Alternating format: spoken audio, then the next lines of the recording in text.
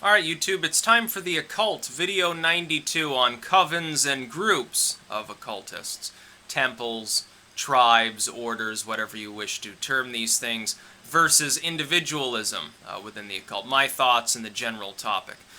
As far as I go, I will say I follow an individualistic path. I do experimentation. I'm interested in both the more traditional ceremonial aspect of magic, as well as the historical side, the academic side, as well as any literature on the subject, really regardless of its content, even if my only interest is as a bibliophile in the physical book itself. I like old books. Anything related to it, it has that vibe that really, it jives well with me. It's just the sort of thing that I'm into.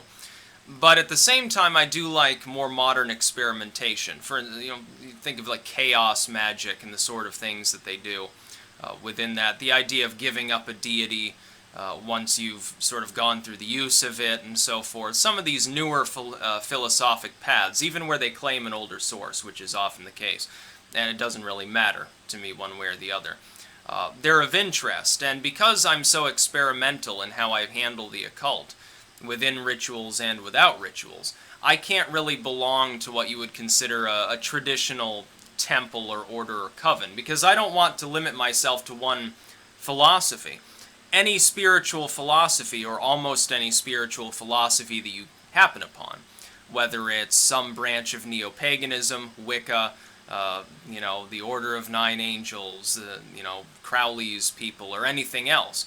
It doesn't really matter what spiritual movement, mainstream, sideshow, freaks, true occult underground, it wouldn't matter. They will all espouse principles, or almost always espouse principles, that say that there are certain right and wrong ways to do certain things. Even if they're generally tolerant of experimentation, there will still be strictures there, or at least there will be warnings about the philosophical and possibly physical results of erring from a certain path. And I don't like that. I see it as too constraining. I'm a Luciferian, in the sense that I tend not just to question authority, but to more or less disregard it. I disregard rules. I found that throughout my life, rules and regulations are typically levied on the skilled by the unskilled in order to hold them back and even things out. That's what I've found, honestly.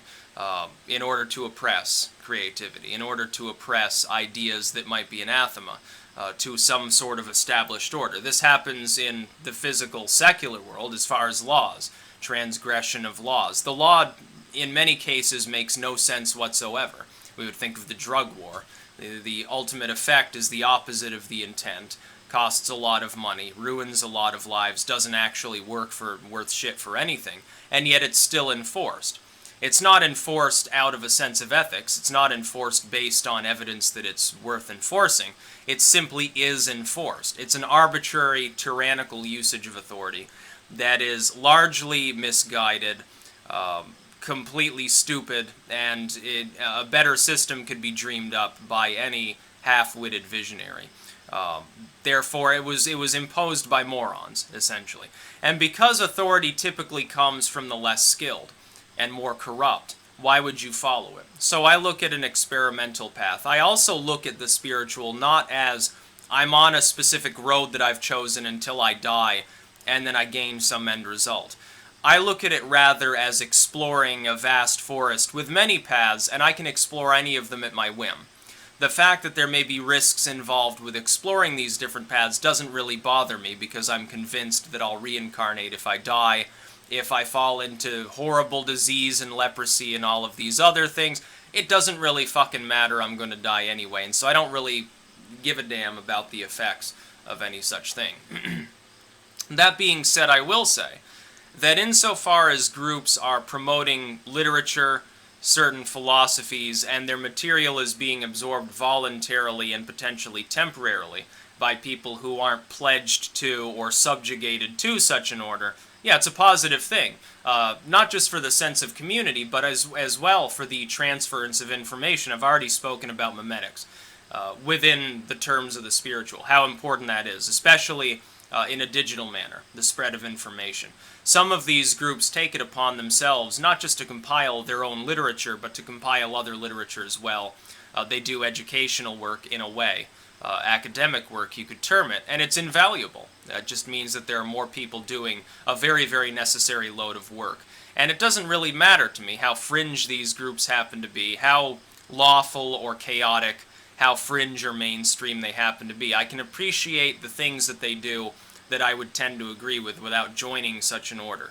Because there would be no reason for somebody who spends a lot of their time thinking about such things, who spends a lot of time studying such things, editing grimoires and old alchemical texts, reading them numerous times while editing them, pondering these mysteries of the universe and writing, in many times, my own work. There would be no reason for me to subjugate myself to some self-proclaimed sorcerer or mage, who may, in many respects, be my lesser.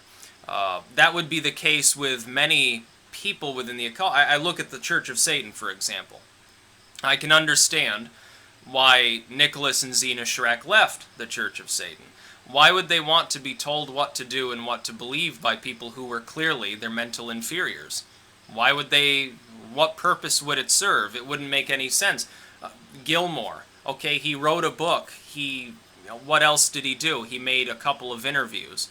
That's really the sum and substance of what he's done as this self-proclaimed poobah of the Church of Satan. He hasn't really done anything. Boyd Rice, who no longer gives a shit, has, and I don't necessarily even on a personal level think very highly of Boyd Rice, but still, musically speaking especially, a far more talented individual than some of the people he's supposed to be like listening to in this order. No wonder he gives it up. And I see this always leads to schisms when people are not properly judged on their merit, especially when there's a person or an oligarchic group involved in a coven, an order, a faction, whatever you want to call it. It will inevitably schism as soon as a person who has any talent at all feels deprecated on the basis of they're not in the proper station. There could be some lower down individual, some lowly initiate in some order, who has far better mental capabilities and far better physical skills and is better at strategy or propaganda or whatever may apply than the people at the very highest rungs of those orders. I look at this as a sort of a counterpart to government. We look at DC, or we look at the Kremlin or some of these governments around the world. The people who are there are often less qualified to do what they are doing than a night janitor who simply has a higher than average mental function, than the kindergarten teacher over there, or the out of work, Kek worshiper over there. There are literally millions of people in this world who should probably be in positions of power who aren't, because of the innate corruption within a center of power. Innately, the center of power will seek to retain its own power. That power corrupts them over time. It makes them unwilling to step down from those positions, and it makes them egotistical as well. A person can be egotistical without having any real official role of power. I would point out, these groups are all, in a word, voluntary association. They don't have the physical power to, like, for instance, kill a former member. The Church of Satan doesn't hire hitmen to go out and whack somebody because they left the Church of Satan and criticized it.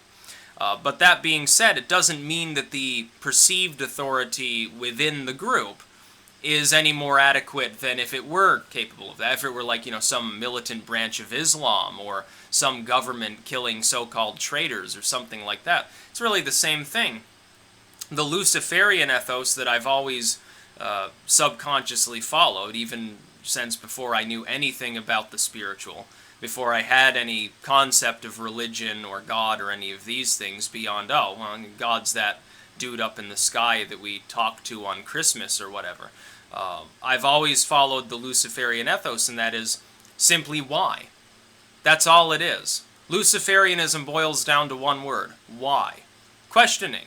Why does the law work the way that it does? Why am I supposed to do this? Why am I not supposed to do that? And oftentimes, those who are in positions of real or perceived authority can't answer the question. And that's when you know that they're full of shit. A law can be full of shit. Religious stringency can be full of shit. Anything can be full of shit. When I look at all the people around the world that are filled with guilt and fear from mainstream religions, I pity them, honestly, because they've been fooled. They've been lied to by false authorities who have taken it upon themselves in that same vein of corruption that I see in a group like, amusingly, the Church of Satan. It's a literal counterpart to like the Catholic Church or something like that, or any significant Protestant congregation. They're filled with guilt and fear that's not even real. What they have done is not actually wrong. There's no such thing as sin, but they've been led to believe it because of the corruption of others, and those corrupt others have convinced them to mindlessly obey. And then when they inevitably falter, they feel bad. And then when they feel bad, they seek to make amends, often in a monetary form, or attending more often to a worship service, or just talking more about it and thus spreading the word about this megachurch or this Catholic congregation or something like that. And this is what I see at play, to a lesser extent often, but still at play, in many occult congregations as well. Wiccan covens and neo-pagan orders, and some of these like so-called mystery schools, very few of which have any authentic basis to call themselves such a thing. Most of them, they're not going around in Egypt digging up tablets and desperately trying to find, some lost pagan relic that will give them new spiritual insights. It's not what they're doing. They make fake grimoires, or they do something like that. They make a fake book of demonolatry. Or they'll make up some phony baloney mumbo-jumbo philosophy that sounds really high-minded, and ultimately, at the end of the day, it's really nothing more than a bunch of useless fucking banter with some big words thrown in to make it sound academic for the smaller minds, which is exactly their target audience. So I would never join one of these occult orders. I'm willing to work with other occultists. And what I've found most often are people that are not associated, at least directly, with any of these more stringent groups tend to be the most talented and intelligent occultists. Really, for me, I'd rather use my own talents, draw people in, like when I'm performing a ritual, the sonic ritual, like with my music. I'm just putting it on YouTube. Other people are participating by paying attention to it. That's how the ritual works. They don't have to be an occultist. They're lending their conscious mind, their subconscious mind, their energy, whatever you want to term it, to the ritual just by witnessing it. Just by having their mind manipulated, in a way, for a short period of time. Not manipulated maliciously. I'm not trying to, vampirize people here. But certainly it redirects their focus at something new. And really, that's all music. I explain this in my work of Sonic Occultism, Principles of Sonic Occultism, the book, short book, 130-ish pages, I believe, that I wrote on the topic. All music is essentially, in a way, it's occultism. Most mainstream music isn't occult in intent, though. Symbolism's there. It's there for marketing purposes. That's about it. And typically, the material that people believe is the most occult is the least, and vice versa. Most of the occult music, unless it's explicitly marketed small label for that purpose, escapes notice and isn't considered so. And most really mundane, rudimentary stuff that's pumped out by the lamestream music industry, that's where people see all the pyramids and owl symbolism, and they assume that it's witchy, and it's really not. So I would never join a coven. I would never join an occult order, because if I were joining one, I would expect to be in command of that order. I couldn't have somebody over me who would claim to be my superior. It just wouldn't work for me. It may work for other people. They can get guidance, perhaps, on certain things, but it's like within my practice, people ask me questions, but I don't claim to be their superior. I don't say, hey, join up my own, here, send me $10, I'll give you a card and a t-shirt saying, yeah, I'm in Styx Hexenhammer's occult order. That's just not the way that it works. People flourish most on a spiritual path when they're individually led, when they're allowed to go wherever their mind may lead them, as opposed to being told what to do all the time. That's how you make a robot. That's not how you make a human being. That's about all. Peace out.